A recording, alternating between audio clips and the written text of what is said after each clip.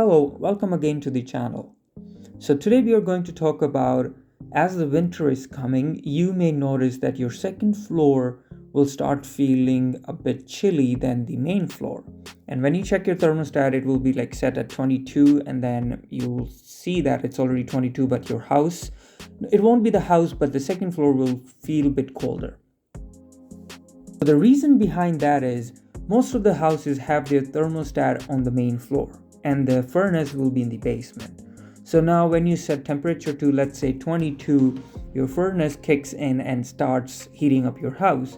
So now the vents closest to your furnace will be getting the most hot air, and then as you go further from the furnace, it will be getting the least. So now, for example, your basement has your furnace, and there is a washroom or the entry right above that furnace room. So if you check those two vents, they will be getting like super hot air. But if you go on the other side of the on the other side of the main floor, there will be hot air, but it won't be as fast and as hot as the main entry one. Now, if you go to the second floor and you check, it will be less. So it will increase as the ducts are getting further from the furnace.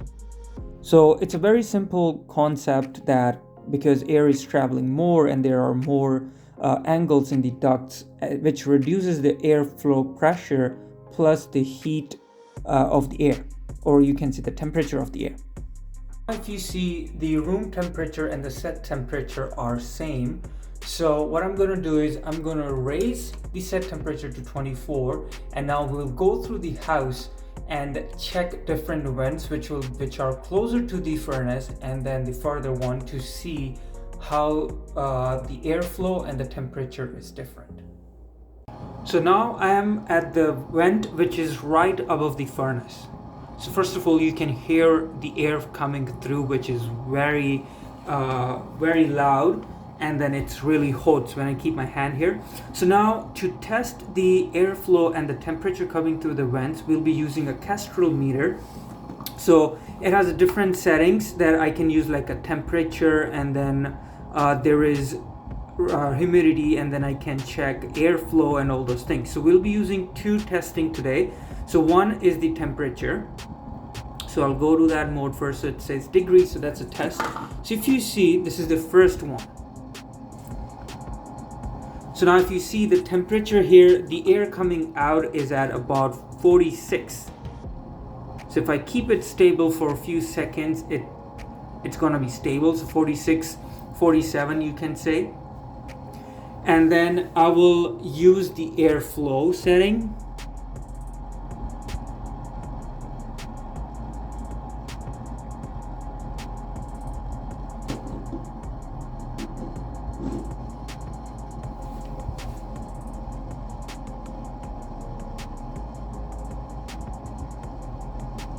You see the air is coming at about 8. So it's MPH, so mile per hour, so 7.9 to 8 I would say. Now we'll go to the vent which is next to this one, but still in the same line of the furnace. So now I am at vent 2, which is in the straight line of the furnace, but on the other side of the wall on the main floor. So in this one, if you see the temperature, it's about 48.5. So this is a bit warmer than the other one, but that one just started, so it will increase for sure, right? Now we will check the airflow. So this is the speed.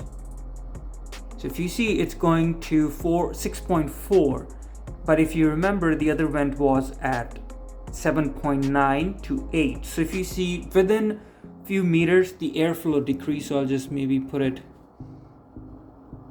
more.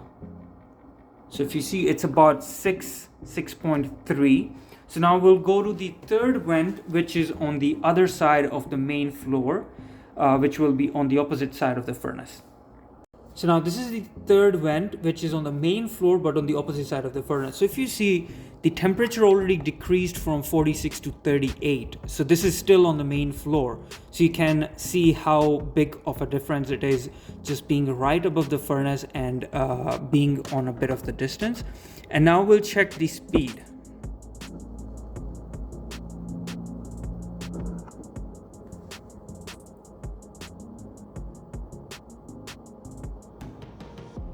So now if you see, it's about 5.7, but the one in the washroom was at about 8, and the one across that one was about 7.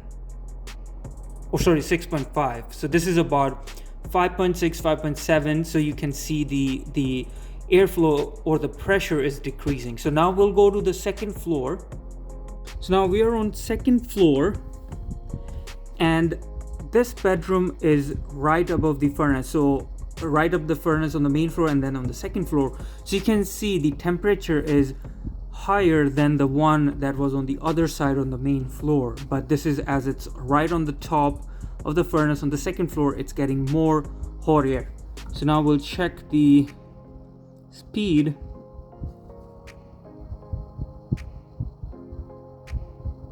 So now if you see, it's at 7. So this one is a master bedroom, so it has 2 vents in the room, one just attached in the washroom and one in the closet. So this will be getting a lot of air. So now we'll go to the bedroom that will be the furthest from the furnace, and let's see how the numbers look. So now let's talk about solution. So you cannot move your thermostat, or you cannot add more vents to the bedroom which are cold, right? So the only thing you have to do is plan something or play around with the system that you already have. So the solution one is that you have to adjust your vents. So all the vents, they have a pressure, or you can say airflow controls like these. So you can do that, right? So the first advice I would give is that the thermostat, so first thing is, if you set up your thermostat at 22, your main floor is getting most of the hot air, and then it will reach to the 22 level. It doesn't matter what the temperature is on the second floor, but still your thermostat will shut off the furnace as it reached your set temperature.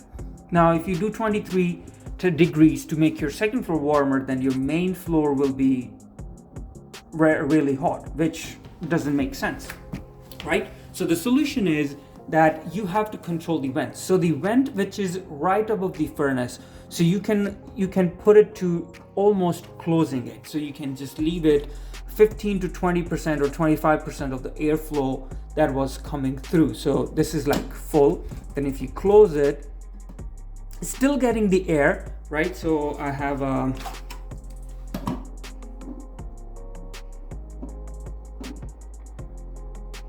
so if you see, it's still getting the air with the same flow, but the amount of hot air is reduced.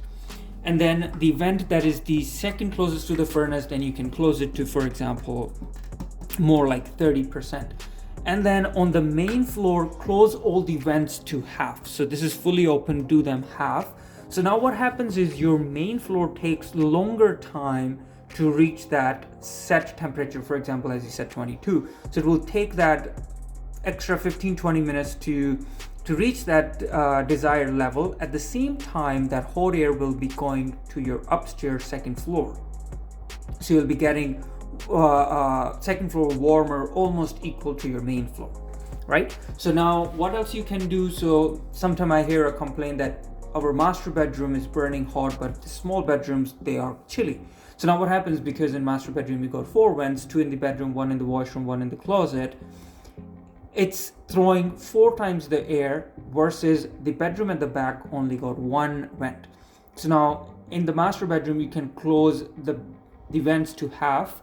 In the washroom you can close it to half, and the one in the closet, because most probably it will be surrounded by the warm air, so maybe bedroom on the one side and on the other side you have a bonus room or as such, then you can close it. So now what happens is you're increasing the airflow towards those small bedrooms which only got 1 vent. So that's a way to use the furnace or the hot air as much as possible, plus at the same time your thermostat will be doing the same job. So now we are at vent which is the furthest from the furnace. So if you see the air flow, it's at 5.6, which is the minimum in all the vents we have checked till now. So if you see, it's going 6.2, 5. So now what happens in this one is, because it's getting the furthest away from the furnace, the air pressure reduces. That means it will be bringing less hot air, and by the time it comes here, it maybe it may not be the hottest air. So now there is also one thing some builders do, that in the bedroom which are furthest, or the smaller one, they use a bigger size vent that's coming to the bedroom. For example, on the main floor there will be all 4-inch air vents. In the master, because there are more, they'll be using 4-inch air vent, but at the back, which are smaller bedroom, they'll be using 5-inch air vent that can increase the airflow. But most of the houses will have all the same size air vents, which means that your bedrooms which are smaller and only have one vent will have less of a heat, right? Now if you see, the temperature on this vent of the air is about 39 or so, so this is fluctuating a bit, but the temperature of the air will be reducing as you go further from the furnace.